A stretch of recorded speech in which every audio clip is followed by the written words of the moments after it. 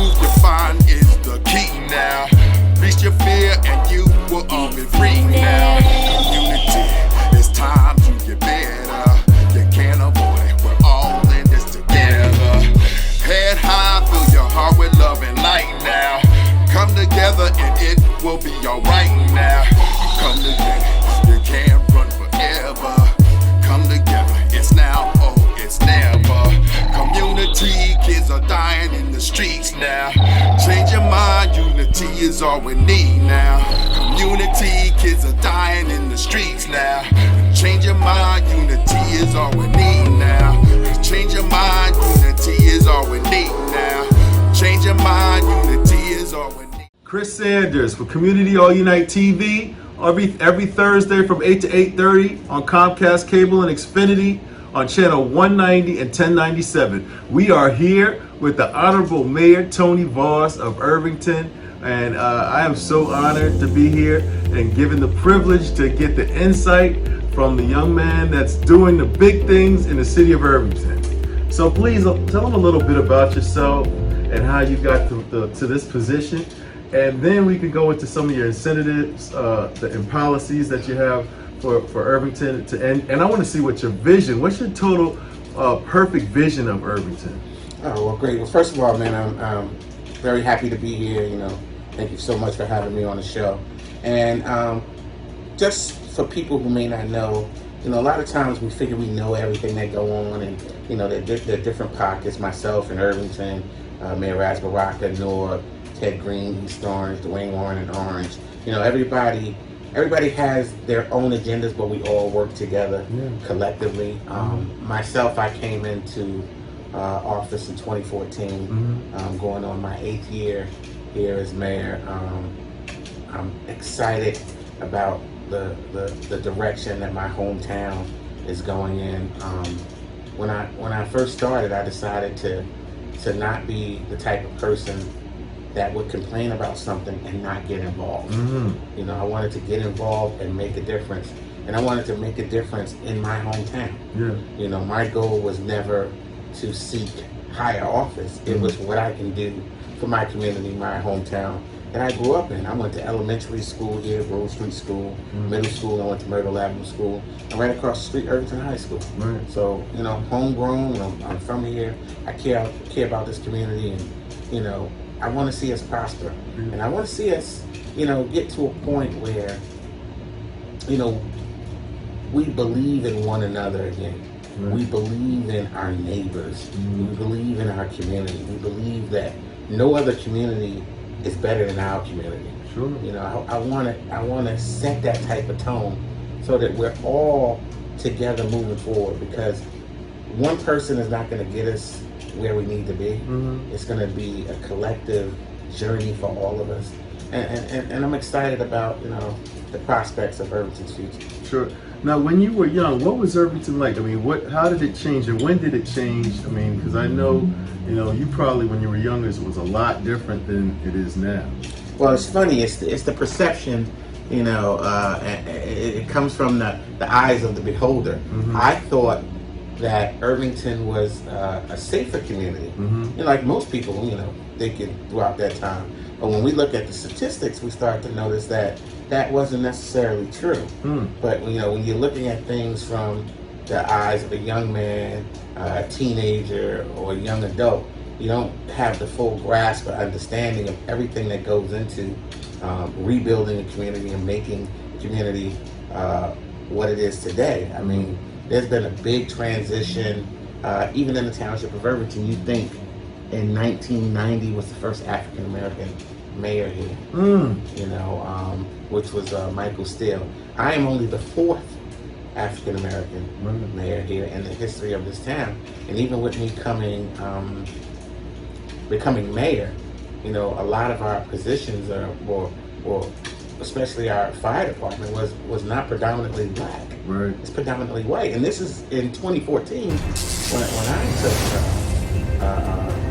the reins here in Irvington. So, one of the things that I wanted to look forward to doing was making our public safety, our police, our fire, more represent the people in the community. Sure. That's one of the things, and we've been able to do that. We've hired so many local folks here to let them know that, hey, you can be a part of your community. We go over to the high school. Mm-hmm. We start with kids in the middle school, high school, 9th, 10th grade, to talk to them about, if your goal is not to go to college, then there's other avenues that you can be a police officer, you can be a firefighter, you can be these things in your own community. Yeah. You can be the mayor, and you can be a council person. So I know when I was coming up, right across the street is the high school. I didn't even know what this building was. Yeah. And the high school was right across the street. I knew it was the library and the police station. That's what I knew. Yeah. So, going forward, that's the type of thing that I want to build upon for this community. Sure. So now I saw something on one of your initiatives. I saw a big bicycle. You riding the bike with the community? Yeah, I actually did. In one of these we have, it was in here, it was our community bike ride, and we just had that. It was June 20th, so right. It was a great opportunity for everyone to get together and ride bikes throughout the community. We blocked certain streets off. We had over 200 people here, cyclists from all walks of life, beginners, kids. Everyone came together and just went for a ride in the community, and it was my first time doing that with the community. I ride a bike every summer with the police department. We actually go out and ride through the community because you get a different view of things on a bicycle as opposed to driving by in a car. And we do that every summer. But this was a little different. We did 15 miles, and Irvington is only 2.9 square miles. So there was some creative gateways through communities that we went through to accomplish the 15 square miles. But it was a beautiful thing. Councilwoman Dr. October Hudley, she helped organize it. It was just a great event. And now I want to have that yearly. Right. And so you don't have to have security here. You're not one of the mayors that needs to be protected. Well, no, I do have security. Okay. I do have security, but I guess I'm a little, how can I say it? I'm a little creative with that because sometimes I don't think about it. Like when I go out the building, I just go out the building. And sometimes they come and say, "Oh, sir, please let us know when you're going out the building." But the police are there, security. Some people are riding on a bike. Our director, from the deputy director, John Brown, from the fire department, he rode a bike, as well as our chief, who's the first African American chief in the history of Irvington. He rode a bike as well. So we had a good time, and you kind of felt it in your legs, afterwards. So when you came into office, what was the biggest problem that you faced, and how is it today? What is it? Well, one of the things, the main thing, which never changes, is my motto of I wanted to make Irvington clean and safe. You can't do anything else unless you make a town clean and safe. I can't bring redevelopers in here if the town ain't clean, the town ain't safe. They're not gonna want to do business. Right. I can't bring premier food chains in here because if the town ain't clean and safe, they're not gonna want to be here. Right. So we've been able to focus on that, and we have tremendously reduced crime in here. There's several awards as you walk in here. Letters we got from the FBI, county prosecutor's office, state police, about the tremendous job that we've done here in the township of Irvington in my tenure. We used to average anywhere from 26 to 30 homicides a year, and then we started getting down to 4 and 5. And that's what I said when I looked at it. I thought that the town was safer then, but since 1970, I hold the record for the safest crime statistic since 1970 here in Irvington. Congratulations. So the first, the second, the third, I think the fourth, not the fifth, but the sixth and seventh. So how'd you do that? Well, I wanted to bring back community policing. I wanted to get police officers back into the community, talking to folks, and having this kind of dialogue that the police are not the enemy, right? If anything, they work for you and they work in your community. Now, if we don't have officers that are doing what they're supposed to do, the one thing I encourage people to do is let us know, right? Let us know, because that's not the type of people that we want to service our community. You know, most of our members in our police and fire department come from this community. Yeah. So you have an understanding of this community, the people in this community, have family members and relatives. So one of the things we wanted to do is one, bring back community policing. Two, we want to focus on the crime issues. You know, to let people know it won't be tolerated here in the township of Irvington. We are here halfway through the year now, and I think we're at 3-4 homicides. Right. You know, and if we lose one life is too much. Yeah. You know, but it's a far cry from 30 Yeah. or 26. Yeah. You know, so to keep our town clean and safe, you know, it's always a challenge. You know, I see people, myself, eat food in their cars, throw the food out on the window on the ground. Yeah. Come on, hey, what Yeah. are you doing? Right. You know, I'm sorry, they pick it up. You know, and that's the mentality that we have, because you take that same person and set them in another community, Maplewood, Livingston, and no, I better find a garbage can to throw this in. Sure. But is that the mentality? Because you think those communities are better than yours. Right. You know? Yeah. So this is something that we have to work on and build upon to get everybody involved. That's why, you know, we've had the Team Up, the Clean Up program that we've been going on. We allow people to clean out their homes or clean up their yards and bring your rubbish or your trash to locations and put it in our dumpsters that we provide. You know, just to help you along this journey of getting everybody to clean up. I'm working on a program now to give out garbage cans. Yeah. Where we're going to give out garbage cans to residents, but I'm asking you to agree to clean up in front of your house, to the house to the left of you, and the house to the right. Right. We'll give you a free garbage can. Yes. Right? So how do you know they're doing that? Everybody. Well, we haven't started the program yet where we haven't given out the garbage cans, but that's what we're going to ask people to do. Yeah. Because we figure if you only cleaned up in front of your house, it would be terrific. Sure. But, you know, right and the left of you, if everybody did that, the whole town would be cleared up. Yeah. You know? So sometimes your neighbors don't even want you on their lawn. That's true, but I'm not talking about going on people's property. Oh, you know, in the talking front about of in it. front Right, of got the it. property, you know, on your sidewalks Yeah. in the street in front of you. Yeah. You know, picking up litter and stuff. You know, I see people sometimes you drive past the bus stop, garbage can right there, person just throw the cup right there on the ground. You know, it's like, please throw it in the garbage can. We're not equipped to police people throwing cups on the ground. Right. You know, and nor should we have to. Right. You know, people just respect, you know, where they live at and respect their town. And that's what we're working on. It's a challenge, but I think it's a challenge we can meet, you know, once everyone realizes that we want to meet it together. Right. While you were saying that, I just thought about the homeless problem. And what if there was a bus that every morning got the homeless and had a cleanup initiative and used the homeless and paid them, you know, a couple dollars to do that, because of course they're looking for a couple dollars every morning that you see them, you know, panhandling or whatever. But if that was a part of your cleanup initiative to use them to do that, what do you think that would happen? Well, we don't have a large homeless problem. Oh, really? And we do have we have a place called INIC where we feed people every day. We don't ask any questions. You can come in, we feed every day. Breakfast, lunch, dinner. Right. Every day. Wow. Clothes. We'll give you food to take home. It's our Irvington Neighborhood Improvement Corporation. Sure. You go right over there and we supply you with these things. So we don't generally have a big homeless problem here. Right. You know, maybe because of that program or where we're located. But, you know, I think a program like that would help, especially some of the metropolitan areas that are larger, that have a great big homeless population. Is there an opioid problem here? Not that I'm aware of, and we are one of the few communities that actually filed a lawsuit on federal court against the opioid manufacturers. You know, because you know you help contribute to the conditions and the situations in our community. Right. So we don't have a massive, but we're 2.9 square miles. So we take everything in conditions and.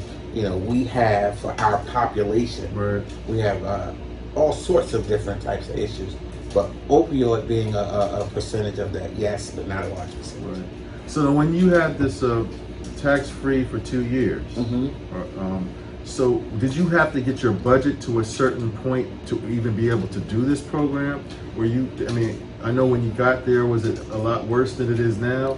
Well, what we wanted to do is, what we have the no property tax increase for the next 2 years. Right. Coming out of the pandemic, what we wanted to do was, a lot of people were strained, a lot of people lost their jobs, a lot of people couldn't pay their mortgages and so forth and so on. So we figured, what type of relief can we give to our residents? Sure. You know, even though, you know, government is under strain, Yeah. you know, services, and, you know, people don't understand that each year we pay police, we pay fire, we pay employees, and their salaries go up every year. And we tried to figure out what we can do to ease the burden on the taxpayers in our community. Sure. So it took some creative budgeting, you know, to come out to say, you know what, we're not going to have an increase this year. You know, we're going to keep things at this level and try to maintain that level for the next couple of years. So internally, we have to even tighten our belts tighter, you know, to cover the cost,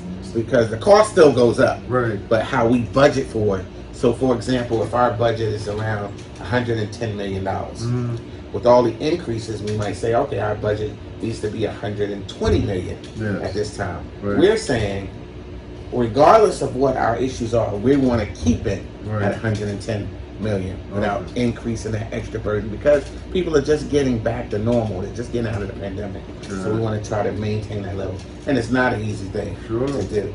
But, you know, we really think it's important for us to do that for our community. So to clarify that, you're saying no property taxes for 2 years. No property tax increase. Increase.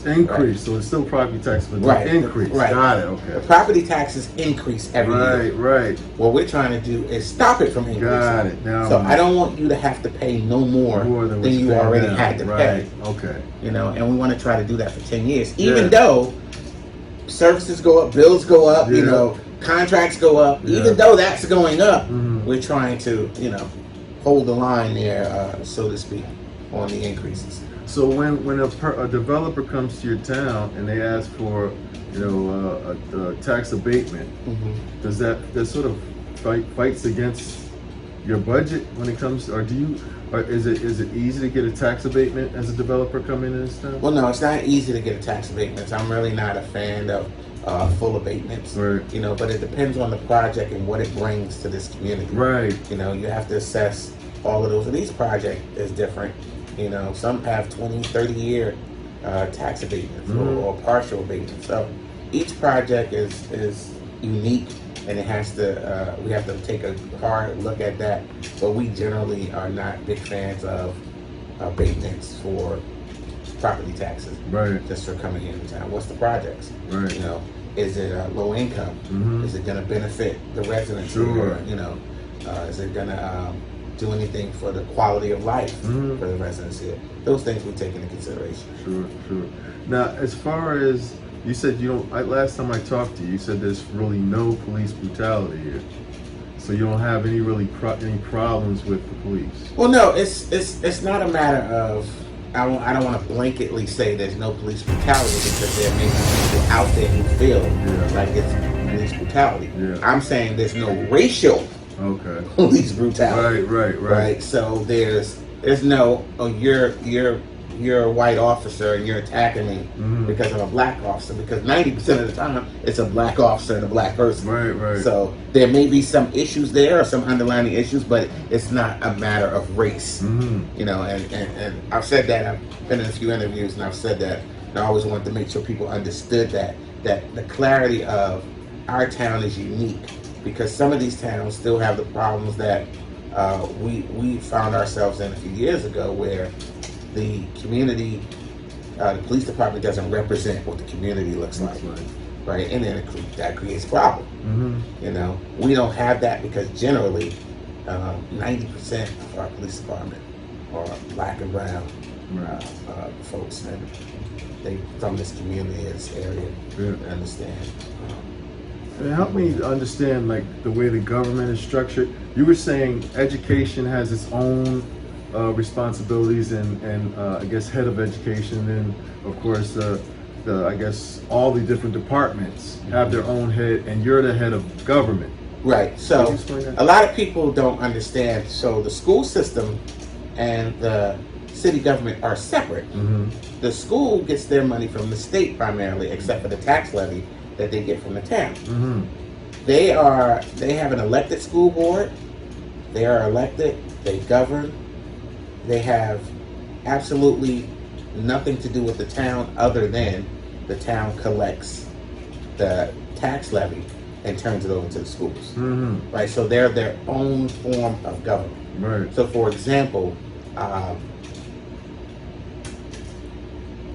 if they wanted to shut down the schools, the governor has the authority to shut down the schools. Mm-hmm. The mayor just can't go shut down the schools. Right. Right? Because the form of government, the governor is the head of that chain. Right. So a lot of people think the mayor is in charge of everything. The mayor is in charge of schools and this and that. No, the mayor's not in charge of the schools. Is that normally in all the cities in Essex are like that? Yes.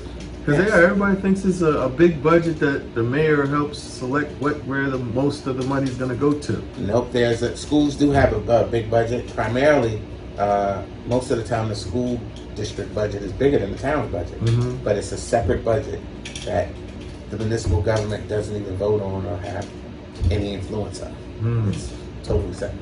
So the council doesn't vote on any of those things? The school board votes on their own stuff. Got it. They have a 9-member board, Mm-hmm. a superintendent of schools, of course, commissioner of education, governor. That's how that functions. Right. So, in all the communities, people think that it's a little different in some communities because the structure is the same, but for example, the board here in Irvington is elected, so you have to go out and run for office to get elected. Mm-hmm. For example, in East Orange, they're appointed, Mm-hmm. but they're appointed by the mayor. Okay. The mayor appoints the school board members, Right. but it's still a separate entity. Right. Orange used to be appointed, now they're elected, so they elect their school board members. Mhm. And of course, in Newark, they elect their school board members as well. Right. Oh, okay. So now, this council of the governors. Is that what it's called? With all the of the mayors, all the mayors from Essex. I saw them on the poster outside. Or is it? Oh, urban mayors. The urban That's what mayors it's called. United. Urban Mayor Yes. United. Yes. What do you guys do together? So we do everything together. Yeah. People will be surprised. We talk to each other almost daily Mm-hmm. about all the issues that are going on because we figure that somebody might be doing something that becomes new to us. Sure. And can help us manage and walk through it. Mm-hmm. So I talked to Baraka Mm-hmm. and Green this morning. I talked to Warren yesterday. Mm-hmm. So we literally will get on a Zoom call or conference call and we will talk, or we'll all get together in person Right. and go somewhere. We go on a Sunday. We sit down. We talk about everything that's going on and talk about the outlook of our communities and how we can help each other and support each other. Sure. And we just called ourselves the Urban Mayors United. Put this little group together, and it's been working well for us for many years now. Yeah. And the four of us have been, kind of joined at the hip. Is there an initiative that you guys pretty much rallied together to bring? Well, remember the biggest initiative was COVID when we were shutting Right. down cities and we were in lockstep with each other and what we're going to do and when we're going to do it, how we're going to do it. Yeah. We got our police chiefs and directors together in a meeting and all coordinated the stuff. So, we do it all the time. So it's common for us to do it. And we call ourselves the, Urban Mayors United. But we work with other mayors. I work with, the mayor of Maplewood, mayor and village president of South Orange, Hillside in Union County. We all work together, Bloomfield, Belleville. Yeah. So, I have a great relationship with a lot of these mayors. And, we can call each other up and talk and get information, and listen, I got this situation. Have you ever dealt with anything like this? And what do you recommend? Right. So the cleanup initiative seems like something that every mayor would have saluted you for and possibly brought that to their town. Yeah, and everyone is doing that under maybe a different initiative or calling it something different, depending on the town you're in. So, for example, let's say Bloomfield, they might not need a cleanup initiative. Right, but they might want to consult and talk about crime issues. Yeah. So there we can bounce ideas off each other and work that way. And Mayor Venezia has been a great supporter, and Melham in Belleville as well. So we all have conversations with each other, and we talk about things. Right. So what would you do about gun violence? Has that gone down since you've been mayor? It's gone down, but I mean, still, we still have people who don't value life. Right. You know, and the worst thing you can do is put a weapon in someone's hand who doesn't value life. Mm-hmm. Right? Because if I don't value your life, it means nothing for me to take it. Sure. You know, and gun violence is always prevalent in our communities, and I don't care whose community it happens in. If it happens in any of our communities, it hurts all of us, because this is something that, you know, we think is just senseless. Senseless lives are being lost due to gun violence. Mm-hmm. And we try to minimize that in all of our communities. And I think across the board, everybody's crime is down. You know, we've been doing border patrols with Newark. Mm-hmm. Newark is doing border patrol with East Orange on this side, Irvington on this side. Mm-hmm. And when you get over here, East Orange and Orange has a border patrol Right. going on. So we're all working in conjunction to make sure we're supporting each other and we're helping each other out, because it's going to take all of us. I mean, criminals don't care about borders. Yeah. Don't care if I'm in Irvington or Newark or East Orange or Orange. Mm-hmm. You know, and most of the time when these crimes are committed, people are going to get people where they are. Doesn't matter where it's at. Yeah. It's not, you know what, I'm not going to do this because it's Irvington. Right.